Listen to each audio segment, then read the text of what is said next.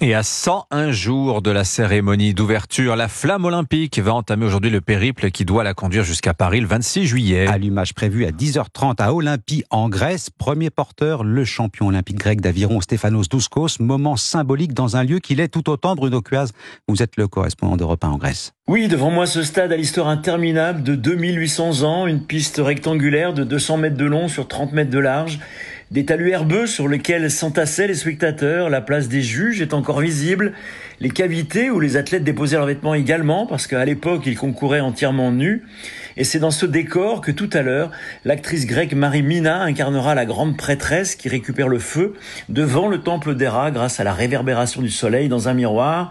Et aux commandes de la cérémonie, Nikos Aliagas. Être aujourd'hui en Grèce, qui est le pays de mes parents, qui est aussi le mien, mon ADN intime, fait aussi que j'ai une responsabilité, une reconnaissance, une gratitude vis-à-vis de la France. Le premier relayeur sera le rameur grec Stéphanos Douskos qui transmettra le flambeau à Laure Manodou, championne olympique à Athènes il y a 20 ans.